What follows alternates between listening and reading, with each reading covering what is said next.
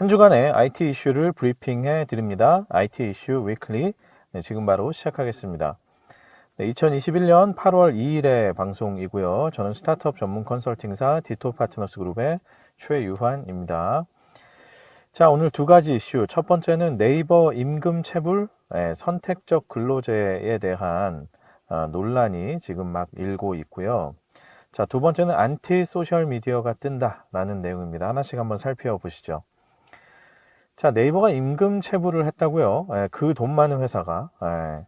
이게 결국은 이제 선택적 근로 시간제에 대한 논란으로 지금 불거지고 있는데, 자, 지난 5월 직장 내 괴롭힘에 따라서 네이버의 직원이 안타깝게도 목숨을 끊는 그런 사건이 있었죠.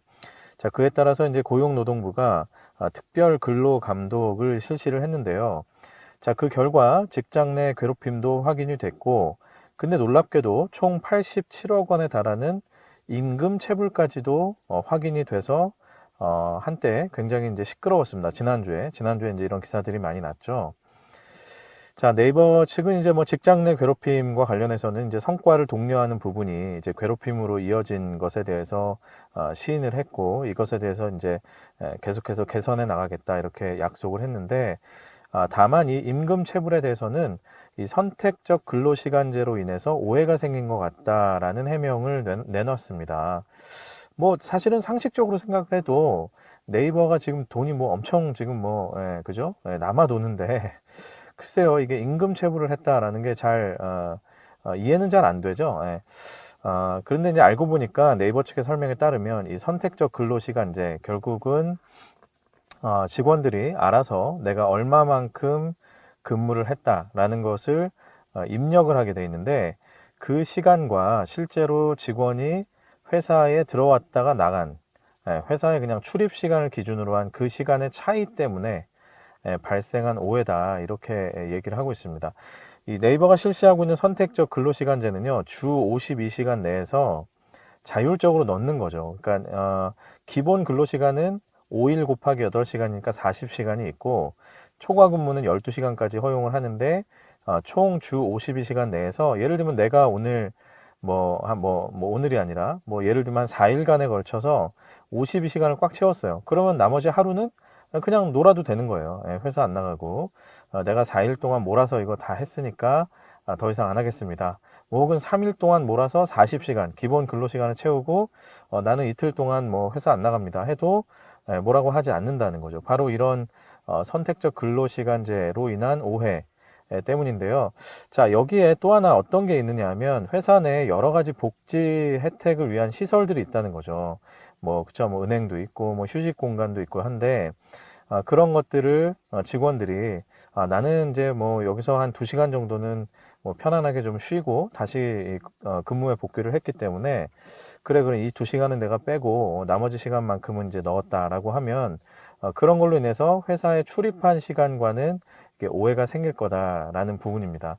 근데 물론 이건 논란이 있어요. 그러니까 근로자가 직접 입력한 시간을 기준으로 주 52시간제에 대한 시간 기준을 보는 게 맞냐, 아니면 또 회사를 출입한 시간을 기준으로 보는 게 맞냐라는 논란이 있는데, 또 이거 외에도 이 논란이 어떻게 퍼지고 있느냐, 이렇게 회사를 출입한 시간을 기준으로 그냥 하다 보면 이제 점점 회사는 직원들의 휴식을 위한 공간이나, 그죠? 뭐 어떤 회사들은 뭐 마사지 서비스 이런 것도 제공을 하잖아요.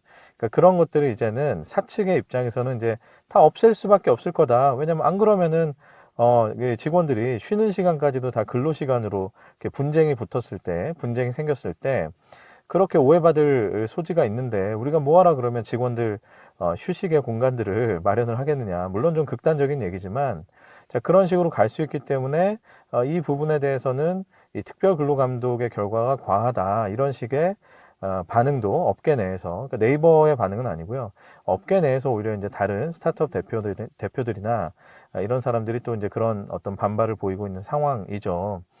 자, 그래서 과연 이 어떤 것이 맞겠느냐? 정말로 근로자가 자율적으로 입력한 이런 시간이 맞겠느냐? 아니면 회사에 출입한 시간이 맞겠느냐? 이거에 대한 논란이 일고 있고, 또한 또 이쪽 측면에서 어떻습니까? 근로자가 자율적으로 입력한 시간.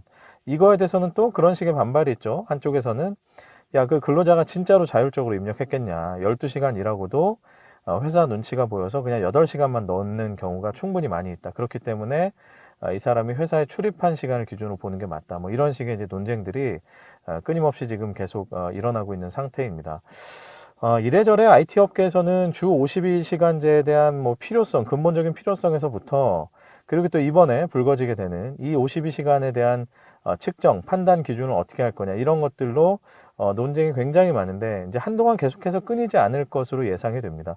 사실 지금 상장으로 인해서 주목을 받고 있는 장명규 크래프톤의 의장도 사실 예전에 4차 산업혁명 위원장을 할 때에 이 IT 업계에서는 이 52시간제가 이게 맞지 않다 이런 얘기를 많이 했었는데 근본적으로 진짜 이게 IT 업계에 잘 맞는 것인지 그리고 또 도입을 한다라고 하면 과연 판단 기준은 또 어떻게 가져갈 것인지 이걸로 인해서 앞에서 제가 말씀드렸죠. 이게 단순한 문제가 아닌 게 생각보다 많은 해석과 그리고 또 그 이후에 많은 액션들이 달라질 수 있는 문제이기 때문에 이런 논란들은 앞으로도 좀 끊이지 않을 것 같고요. 이게 과연 이제 어떤 식으로 결론이 지어질지 다 같이 좀 지켜봐야 되겠죠. 이거에 따라서 정말 특히 뭐 큰 회사들은 그래도 괜찮습니다. 근데 작은 회사들 같은 경우는 정말로 이걸로 인한 이제 파장이 커질 수 있을 거예요. 예를 들면 뭐 출입 시간을 기준으로 진짜 한다. 그렇게 되면은 진짜 뭐 작은 회사는 그런 뭐 지금도 여러 가지로 52시간제 지키는 것 때문에 굉장히 난감해 하는데 직원들이 진짜 근로 목적 외에 회사를 출입하는 것들을 아예 막아버린다든지 뭐 그런 뭐 고통 뭐랄까 번거로움도 생길 거고요. 그리고 또 한편으로 막 꼼수도 생기겠죠. 회사가 아닌 다른 데 가서 일해라 막 뭐 이런 일이 있을 수도 있고. 그래서 이 부분에 대해서는 어쨌든 업계는 전반적으로 뭐 자유를 달라 뭐 이런 이제 요구를 많이 하고 있고 또 정부의 관점에서는 52시간제 기준을 지켜라 이런 또 관점으로 계속 가고 있는데 한동안 논란이 끊이지 않을 것 같습니다.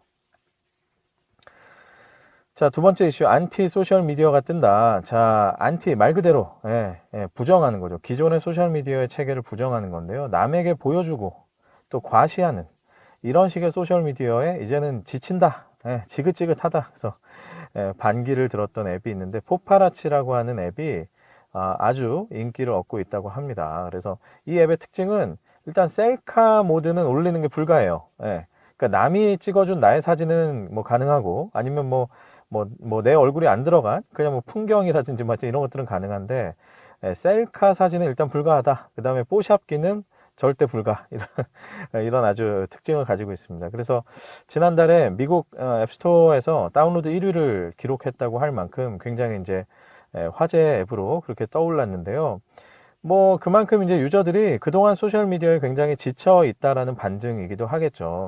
사실 유사한 시도는 계속해서 있어 왔습니다. 2019년에 만들어졌던 디스포라는 앱이 있었는데 이거는 사진을 찍은 다음에 마치 필름 카메라처럼 하루 뒤에 확인할 수 있는 그런 식으로. 그래서 굉장히 내가 뭔가 핫하게 사진을 막 바로바로 찍어 올리고 사람들의 관심을 막 끌어모으고 하는 식의 SNS의 행동에서 좀 벗어나자 뭐 이런 식의 행동 그런 시도들은 계속해서 있어 왔습니다. 또 미뉴셔라고 하는 앱은 1440일 동안 무려 1440일 동안 촬영을 쭉 하면 1440일이 지난 후에 한 번의 사진을 확인할 수 있는 뭐 그런 식의 이제 앱이라고 합니다. 근데 놀랍게도 이런 식의 앱들에도 사람들이 굉장히 활용을 열심히 하고 있다. 뭐 그런 이제 내용들이 기사에 났었는데요.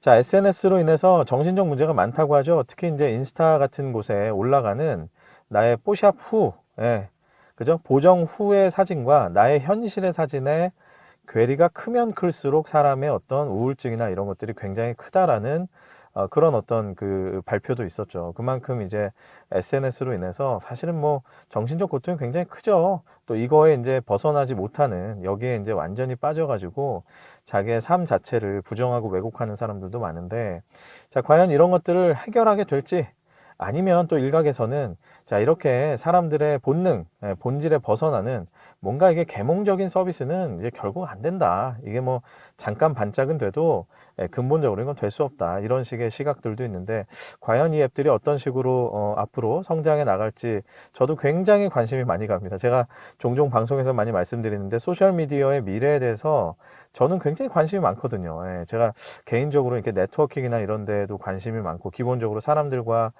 소통하고 이런 데 관심이 많은 사람이기 때문에 저는 늘 이 소셜미디어의 미래가 어디로 가게 될까 늘 관심이 많은데요. 아주 재밌는 기사였습니다. 안티 소셜미디어가 뜬다라는 그런 내용들이 있었습니다. 자, 그래서 과연 소셜미디어의 미래가 과연 어디로 갈까? 뭐 예를 들면 클럽하우스처럼 포맷을 변화시키는 그런 시도들도 지금 막 일어나고 있고, 그리고 지금 오늘 소개해드린 것처럼 소셜미디어의 본질에 대한 어떤 부정에서 출발을 하는 그런 식의 시도들, 뭐 다양한 어떤 그런 시도들이 많이 일어나고 있는데요. 저는 뭐 개인적으로는 이렇게 다양한 시도들 가운데에서 결국 소셜미디어의 미래가 결국 이제 정리가 되지 않겠냐 이런 생각이 듭니다. 뭐 개인적으로 아주 그 관심이 가는 내용이었고 또 신선한 시도였다고 생각이 들고요. 앞으로 어떤 식으로 성장하게 될지 저와 함께 지켜보시죠. 네, 오늘 방송 여기까지입니다. 유튜브와 페이스북, 애플 팟캐스트, 네이버 오디오 클립, 팟빵을 통해서 만나실 수 있습니다. 검색창에서 디토 파트너스 그룹 이렇게 쳐보시거나 IT 이슈 위클리 혹은 뭐 제 이름 최유환 이렇게 쳐보시면 만나실 수 있습니다. 자, 더위가 뭐 기승을 부리고 또 이번 주는 비가 온다고 하고 흐린 날이 많은데 그럴수록 또 건강이 위협을 많이 받는 것 같아요. 그렇죠? 에어컨 자꾸 틀게 되고 습하니까 이 냉방병의 위협도 오고 코로나도 있는데 이 냉방병까지 아주 괴롭습니다. 아무튼 건강 잘 챙기시고요. 건강한 모습으로 저도 역시 다음 주에 찾아뵙도록 하겠습니다. 여러분 감사합니다.